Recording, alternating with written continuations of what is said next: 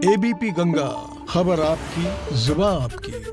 बड़ी खबर के साथ खबरों के सफर का आगाज। तो बड़ी खबर लखनऊ से बीएल मीणा के खिलाफ कर्मचारी लामबंद। इस वक्त की बड़ी खबर समाज कल्याण के प्रमुख सचिव हैं बीएल मीणा, जिनके खिलाफ कर्मचारी लामबंद। लोक भवन पहुंचकर बीएल मीणा के खिलाफ की जमकर नारेबाजी। मुख्य सचिव आर.के. तिवारी से मिलकर बीएल मीणा पर कड़ी कार्रवाई की कर रहे मांग।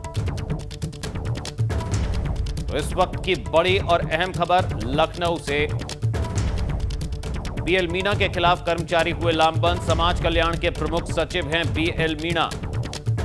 लोक भवन पहुंचकर बीएल मीणा के खिलाफ की जमकर नारेबाजी। मुख्य सचिव आर.के. तिवारी से मिलकर बीएल मीणा पर कड़ी कार्रवाई की कर रहे मांग। एक्सक्लूसिव तस्वीरें एबीपी गंगा पर आप देख रहे हैं। इस वक्त की बड़ी खबर आपको बता दें, जो दर्शक अभी जुड़े हैं, लखनऊ से बड़ी खबर बीएल मीणा के खिलाफ विरोध प्रदर्शन किया जा रहा है।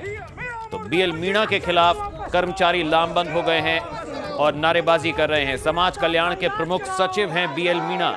लोक भवन पहुंचकर बीएल मीणा के खिलाफ जबरदस्त नारेबाजी और आक्रोश दिख रहा है। मुख्य सचिव आर.के. तिवारी से मिलकर बीएल मीणा पर कड़ी कार्रवाई की मांग कर रहे हैं।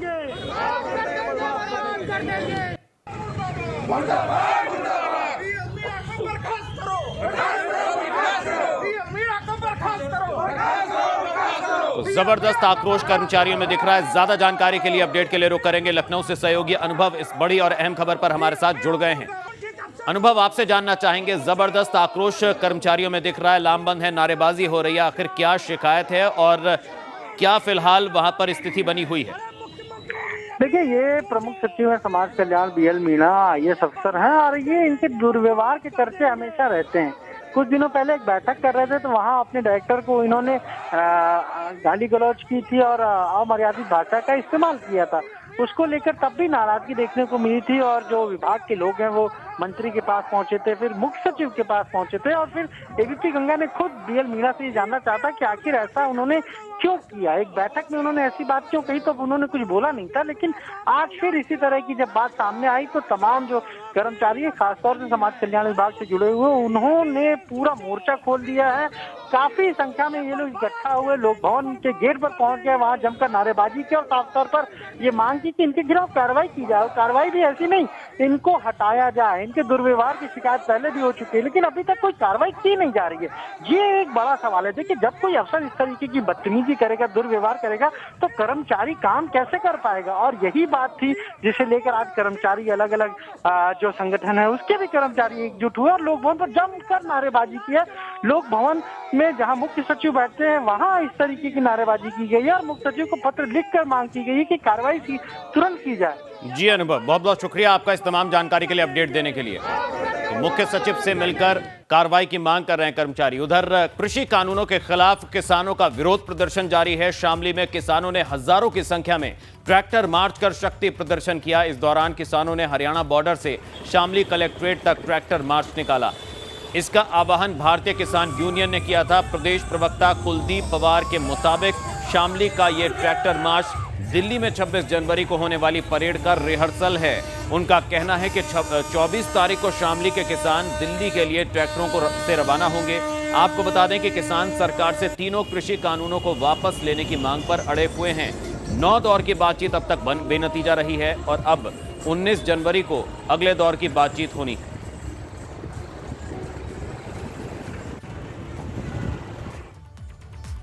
वहीं आम आदमी पार्टी के विधायक सोमनाथ भारती को रायबरेली के MP MLA कोर्ट से जमानत मिल गई है। इस दौरान कोर्ट ने उन्हें बिना अनुमति देश नहीं छोड़ने का निर्देश दिया है। आपको बता दें कि अभद्र शब्दों के इस्तेमाल को लेकर सोमनाथ भारती पर शहर कोतवाली में केस दर्ज हुआ था। सोमनाथ भारती की जमानत जो है माननीय अपर सत्र न्यायाधीश MP MLA कोर्ट ने स्वीकार कर ली है। उन्हें 50,000 रुपये के बंधपत्र और इसी धनराशि के 2 जमानतदारों के जमानतनामे दाखिल करने पर रिहा करने का आदेश किया गया है। कोर्ट ने कुछ शर्तें भी लगाई हैं जिसमें वो भारत नहीं छोड़ेंगे और कोई अपराध नहीं करेंगे। इसी तरह की 2-3 शर्तें हैं जो उनके ऊपर कोर्ट ने लगाई हैं। तो सोमनाथ भारती को कोर्ट ने राहत दी है, बेल मिल गई है, लेकिन बिना इजाजत अब वो देश छोड़कर बाहर नहीं जा सकेंगे। चलिए बात अब वैक्सीनेशन की। भारत ने कोरोना के खात्मे के लिए अब कमर कस ली है। देश में आज से दुनिया के सबसे बड़े टीकाकरण अभियान की शुरुआत खुद प्रधानमंत्री नरेंद्र मोदी ने की। इस दौरान पीएम मोदी भावुक भी हो गए। उन्होंने कोरोना के खिलाफ शुरुआती दिनों के संघर्ष के साथ ही आगे की लड़ाई में ढिलाई नहीं बरतने का भी जिक्र किया। देखिए रिपोर्ट।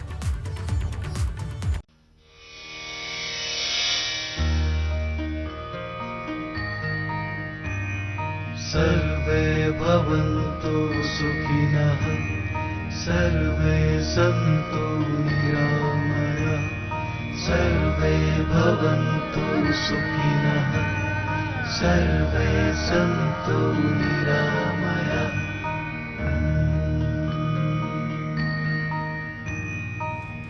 दुनिया के सबसे बड़े महाअभियान का आगाज,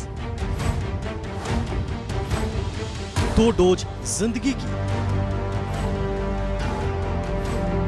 अब दवाई भी और कड़ाई भी।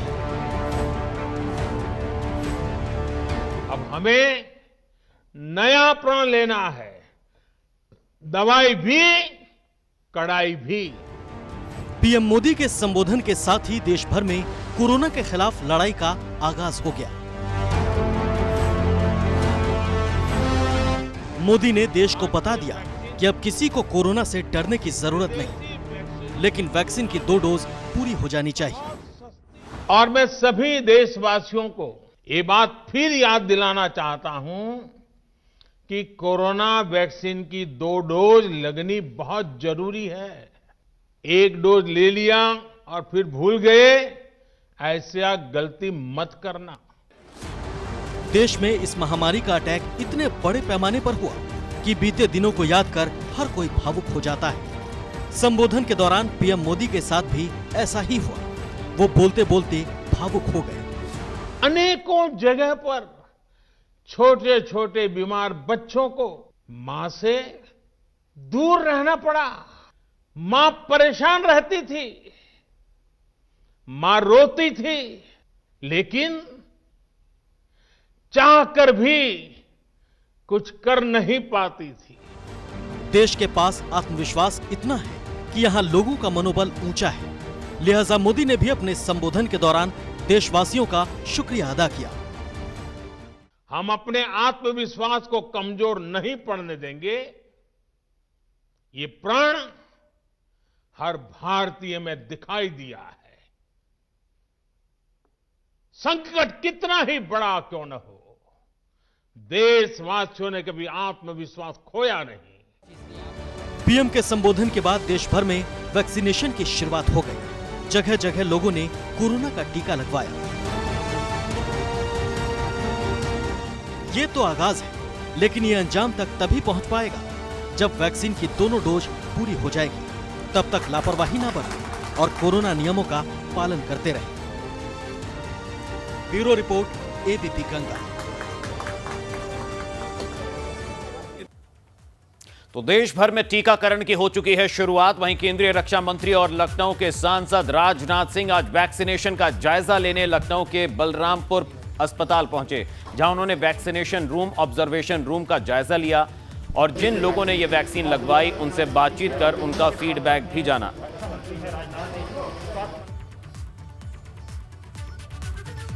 वहीं एबीपी गंगा संवाददाता ने जब उनसे कोरोना वैक्सीन पर हो रही सियासत को लेकर सवाल किया तो उनका साफ तौर पर कहना था कि किसी भी दल के व्यक्ति को वैक्सीन पर सियासत नहीं करनी चाहिए। हमारे वैज्ञानिकों ने इसे काफी मेहनत के बाद तैयार किया है। साथ ही उन्होंने कहा कि जो 2 वैक्सीन भारत में बनाई गई हैं, ये आत्मनिर्भर भारत का एक बड़ा उदाहरण है।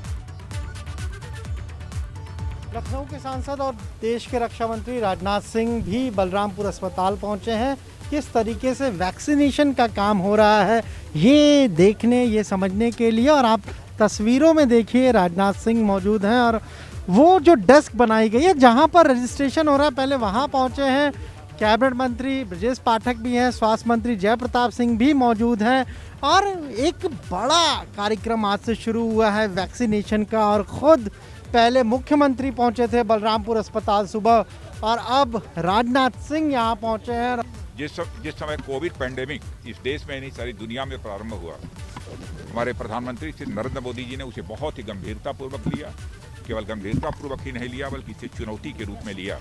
रूप से आत्मनिर्भर भारत की एक बहुत बड़ी ये मिसाल है, क्योंकि हमारे देश के वैज्ञानिकों ने इतनी जल्दी 2 वैक्सीन तैयार कर ली, 4 वैक्सीन और जल्दी ही आ रही हैं। ये आपने सुना क्या कहना है राजनाथ सिंह का। साफ तौर पर कह रहे हैं कि वैक्सीन पर किसी को भी राजनीति नहीं करनी चाहिए। किसी भी सियासी दल के व्यक्ति का उन्होंने नाम तो नहीं लिया, लेकिन साफ तौर पर कहा कि किसी को भी राजनीति नहीं करनी चाहिए। और ये वैक्सीनेशन का जो काम शुरू हुआ है, सबसे पहले जो मेडिकल स्टाफ है, जो कोरोना वॉरियर्स हैं, उन्हें ये लगाया जाए और उसके बाद फिर और लोगों को ये लगाई जाएगी।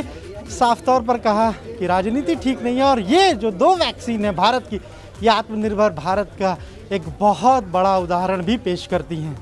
कैमरा से जितेंद्र के साथ अनुभव शुक्ला, AP गंगा, लखनऊ। तो सुना आपने केंद्रीय रक्षा मंत्री राजनाथ सिंह का बयान। उन्होंने कहा कि वैक्सीन पर राजनीति क्यों, क्योंकि दरअसल ये भारत की वैक्सीन है और आत्मनिर्भर भारत का इसमें बड़ा योगदान रहा। इससे पहले सीएम योगी ने भी बलरामपुर अस्पताल पहुंचकर टीकाकरण का जायजा लिया। तो भारत दुनिया का पहला देश जहां 2 वैक्सीन तैयार हो गई। अफवाह फैलाने वालों से सावधान रहने की हिदायत दी मुख्यमंत्री योगी आदित्यनाथ ने। तो यूपी में कोरोना का टीकाकरण अभियान शुरू। क्या कुछ कहा मुख्यमंत्री योगी आदित्यनाथ ने वैक्सीनेशन को लेकर, चलिए सुनते हैं। आज ये लखनऊ का प्रतिष्ठित बलरामपुर हॉस्पिटल है। इस हॉस्पिटल में कुल 102 हेल्थ वर्कर्स को वैक्सीन दिया जाना है और वैक्सीन के इस क्रम में अभी तक 15 लोगों ने वैक्सीन ले लिया है और उसमें वे लोग भी हैं जिन्हें आधा घंटा से अधिक हो चुका है और वो यह पूरी तरह कंफर्ट महसूस कर रहे हैं। कहीं कोई समस्या, कोई भी किसी प्रकार की कोई दिक्कत नहीं। भारत पहला देश है जिसने दुनिया के अंदर एक साथ 2 वैक्सीन लॉन्च की है। प्रधानमंत्री मोदी जी के नेतृत्व में भारत की इस उपलब्धि के लिए मैं प्रधानमंत्री जी का अभिनंदन करता हूं और देश के वैज्ञानिकों को बधाई भी देता हूं। लेकिन इसके साथ ही हमें इस बारे में भी देखना पड़ेगा कि जब देश कोरोना के खिलाफ इस जंग को अंतिम विजय की ओर लेके जा रहा है, कुछ निहित स्वार्थी तत्व जो अफवाह फैलाने का कार्य कर रहे हैं, उन सब से सतर्क रहने की आवश्यकता है। चलिए, तो टीकाकरण अभियान का जायजा लिया मुख्यमंत्री ने और कहा कि अफवाहों पर ध्यान ना दें। वहीं यूपी में टीकाकरण अभियान शुरू होते ही अलग अलग जगह टीका लगाया गया। पहले चरण में हेल्थ वर्कर्स को वैक्सीन लगाई गई है। कुछ जिलों की तस्वीरें चलिए आपको दिखाते हैं। 7 अलग अलग जिलों की तस्वीरें हम आपको दिखा रहे हैं जहां देश भर में टीकाकरण का अभियान शुरू हो गया है। लखनऊ, प्रयागराज और आपको क्या कहते हैं समेत अलग अलग जिलों की तस्वीरें, मेरठ, सहारनपुर, वाराणसी और आगरा की ये तस्वीरें, जहां पर सबसे पहले फ्रंटलाइन वर्कर्स को, कोरोना वॉरियर्स को वैक्सीन की पहली डोज आज दी गई और देश भर में कोविड वैक्सीन का टीकाकरण अभियान शुरू हो गया। तो लखनऊ में आप देख सकते हैं मुख्यमंत्री योगी आदित्यनाथ खुद जायजा लेने के लिए बलरामपुर अस्पताल पहुंचे और जिन लोगों को कोविड का टीका लगा, पहली डोज लगी, उनसे फीडबैक भी लिया। एक नए उत्साह। चलिए अब आपको कुछ और जगहों की तस्वीरें दिखाते हैं जहां आप देख सकते हैं कि टीकाकरण अभियान जोर शोर से हर जगह पर चल रहा है। अलीगढ़, चंदौली, पीलीभीत, आजमगढ़, मेरठ, बस्ती, सिद्धार्थनगर और उन्नाव, 8 अलग अलग जिलों की तस्वीरें जहां पर कोविड वैक्सीनेशन अभियान की शुरुआत हो गई और फ्रंटलाइन वर्कर्स को, कोरोना वॉरियर्स को सबसे पहले कोविड वैक्सीन का पहला डोज लगाया गया।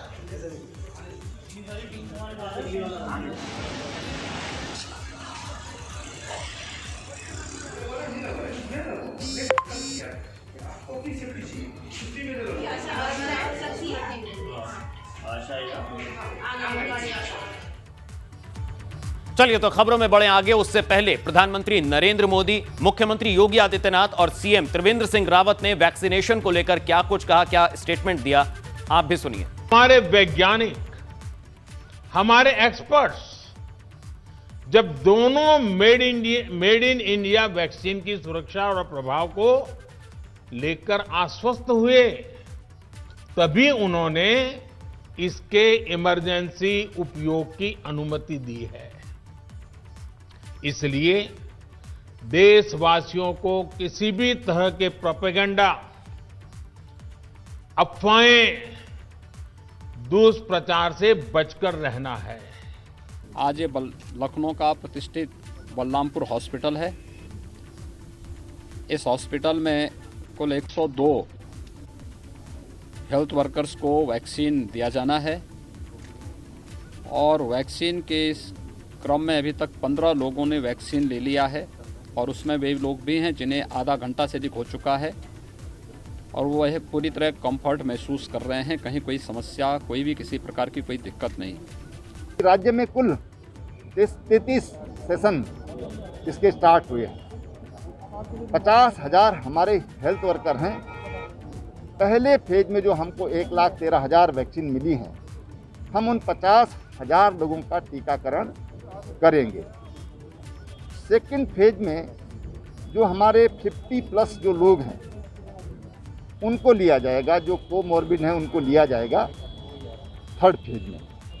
इस तरीके से इसका चरणबद्ध तरीके से इस प्रक्रिया को आगे बढ़ाया जाएगा। चलिए, तो सुना आपने पीएम मोदी, सीएम योगी आदित्यनाथ और त्रिवेंद्र सिंह रावत को कोविड वैक्सीन को लेकर क्या कहा। वहीं पूर्व मुख्यमंत्री अखिलेश यादव ने पहले जो बयान दिया था अब उस पर यू टर्न लिया है। लखनऊ में वैक्सीन को लेकर अखिलेश यादव का बयान, वैक्सीन को लेकर हमें कोई शिकायत नहीं। मुझे खुशी है इस बात की कि सरकार ने वैक्सीन का कार्यक्रम शुरू कर दिया है और वैक्सीन को लेकर के न केवल हमें चिंता थी, जिसको आपने बहुत प्रचार किया, आपने नहीं, भारतीय जनता पार्टी ने, और अब वैक्सीन आ गई है। कभी साइंटिस्ट, एक्सपर्ट्स या डॉक्टर्स या जो वॉलंटियर लोग हैं उनका हमें कोई शिकायत नहीं है। सवाल ये है कि गरीबों तक कब पहुंचा देंगे और गरीबों को फ्री देंगे कि नहीं देंगे। अमेरिका, जहां पर सबसे ज़्यादा लोगों की जान गई है, लगभग 4 लाख लोग की जान जा चुकी है, वहां के राष्ट्रपति जो नए आए हैं उन्होंने तो बाकायदा कार्यक्रम बना लिया कि 100 दिन में वो कितने लोगों को वैक्सीन लगा देंगे। या दुनिया में और दूसरे देशों ने। हम अपनी सरकार से यहां जानना चाहते हैं कि इनका कार्यक्रम क्या है, फ्री कब तक लगा देंगे, सभी लोगों को कब तक वैक्सीन लग जाएगी, ये सरकार को बताना चाहिए। अब खबर बागपत से। प्रदेश में हर्ष फायरिंग के मामले थम नहीं रहे हैं। इस दौरान किसी की मौत हो जाती है तो कोई गंभीर रूप से घायल हो जाता है, और बात अगर बागपत की हो तो फिर पूछिए ही मत। यहां तो ऐसे अनगिनत मामले आते ही रहते हैं। ताजा मामला छपरौली थाना क्षेत्र के हलालपुर गांव का है, जहां शादी समारोह के दौरान हर्ष फायरिंग में तमंचे से निकली गोली एक 12 साल के बच्चे को लगी, जिससे वो गंभीर रूप से घायल हो गया, जिसे सीएचसी बड़ौद से सोनीपत के लिए रेफर किया गया है। बताया जा रहा है डीजे पर नाचते वक्त कुछ युवक शराब के नशे में तमंचों से हर्ष फायरिंग कर रहे थे, तभी एक गोली 12 साल के बच्चे को जा लगी, जिसके बाद फायरिंग करने वाला युवक मौके से फरार हो गया। लेकिन पुलिस ने हर्ष फायरिंग करने वाले आरोपी को गिरफ्तार कर तमंचा भी बरामद कर लिया है।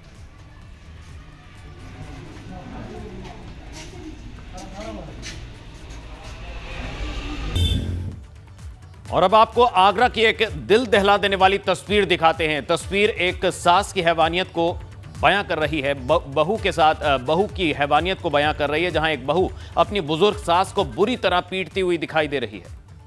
तो वीडियो वायरल होने पर पुलिस ने मामले का संज्ञान ले लिया है।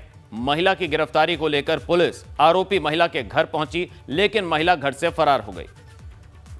तो तस्वीरों में आप देख सकते हैं एक बहू का अत्याचार सह रही है वृद्ध सास, तो झाड़ू और डंडे से जबरदस्त तरीके से अपनी वृद्ध सास को पीट रही है।